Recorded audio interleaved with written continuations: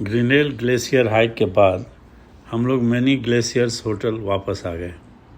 ये एक बहुत ही बड़ा और सुंदर होटल है जहाँ से मैनी ग्लेशियर्स के सारे हाइक शुरू होते हैं। ये लोगों के आराम करने के साथ साथ एक शानदार व्यू भी देता है। चारों तरफ पहाड़ और लेक मन को काफ़ी सुकून देता है।